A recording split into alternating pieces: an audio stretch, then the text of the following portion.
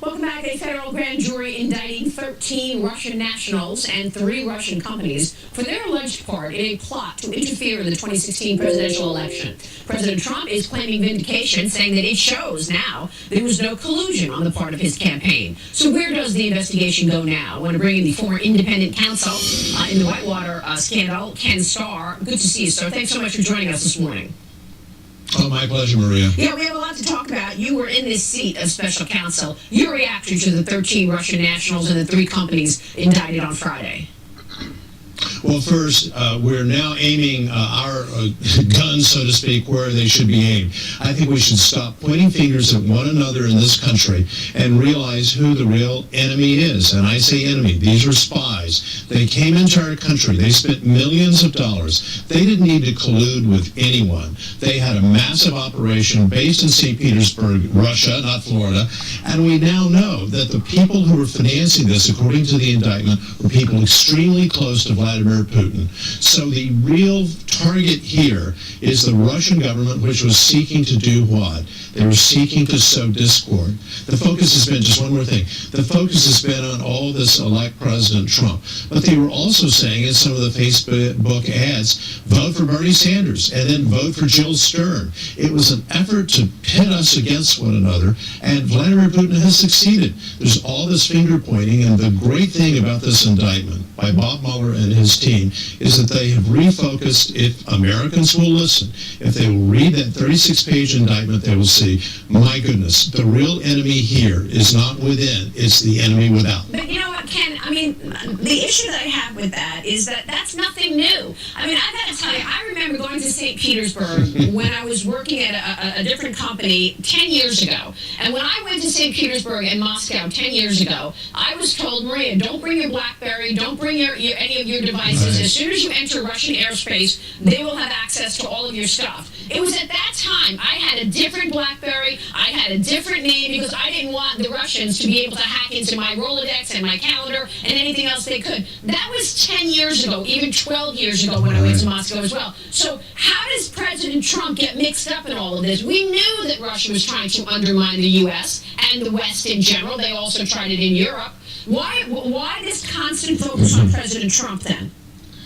Well, I think it does go back to the basis of the investigation itself, the dossier, the Steele dossier, which has been exposed as having just rumors and innuendo.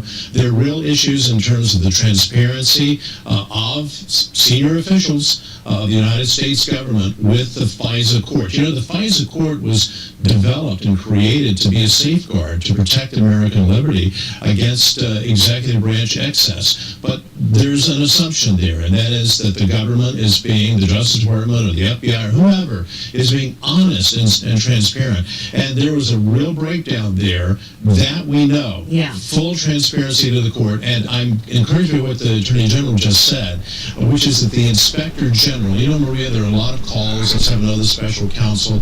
I totally disagree with that. Really? Let Mueller do his job.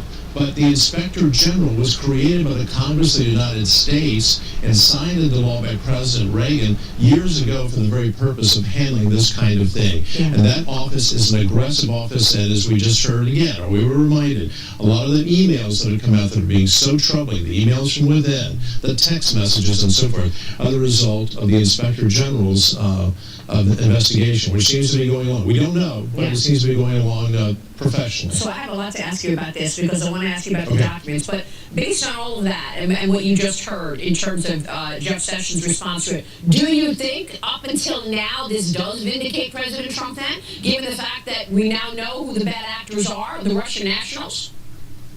There's not a word in the indictment. The answer is no.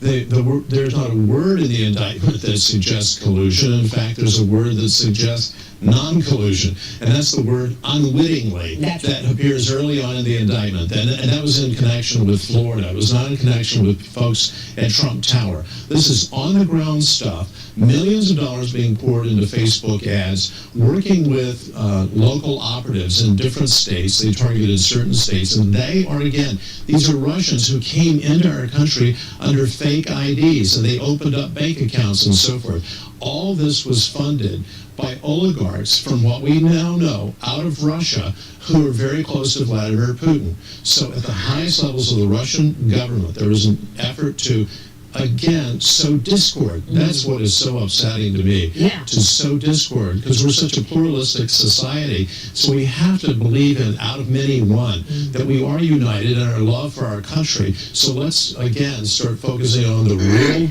enemy. The real problem is the Russian government and its anti-democratic, its authoritarian regime. And the information warfare that they apparently apparently executed. Let me ask you this. You just heard the conversation with Jeff Sessions. These FISA abuses, the fact that the FBI did not tell the FISA Court that the Democratic National Committee and Hillary Clinton campaign paid for that dossier that they used to wiretap American citizens. Your take on that, and I thought it was really incredible that Attorney General Jeff Sessions just said on our air there are 27 instances of classified information being leaked, and he is investigating that. These leaks have been, these are felonies.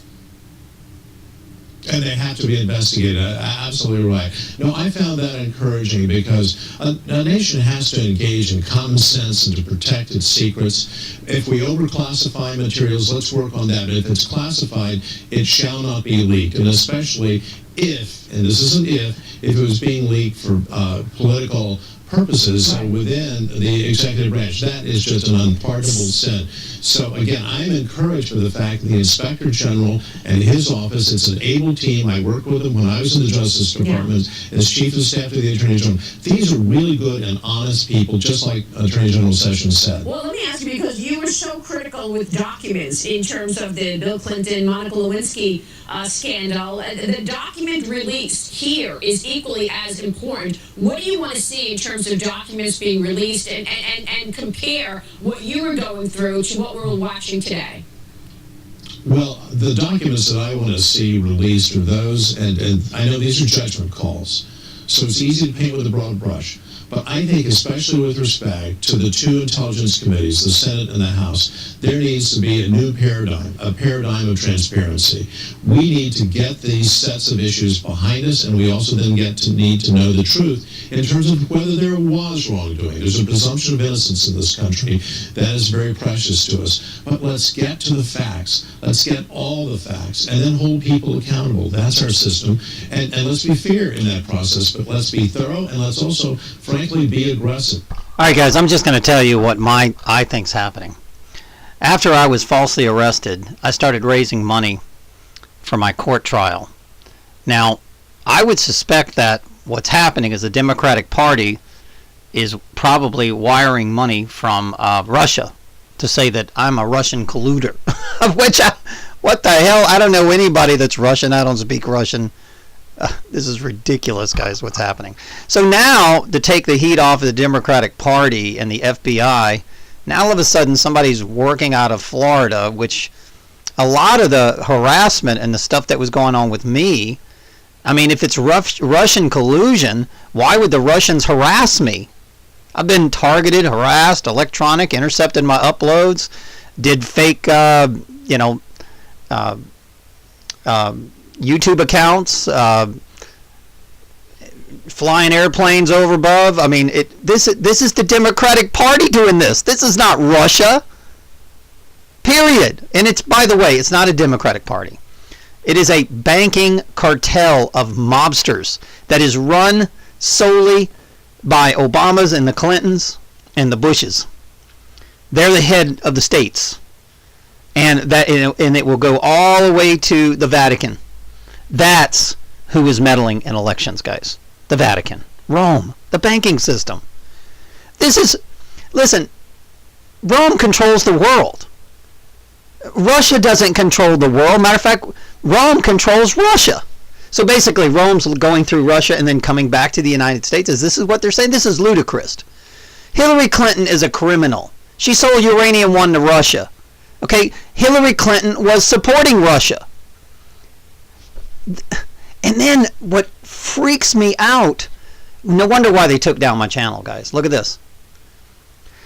Thank you, Ken Starr, former independent counsel for Whitewater, for your insight and powerful words on FISA abuse and Russian meddling. Now Donald Trump is trying to say that it was Russian meddling when he knows it's Hillary Clinton. Rome, the central bankers. Donald Trump just portrayed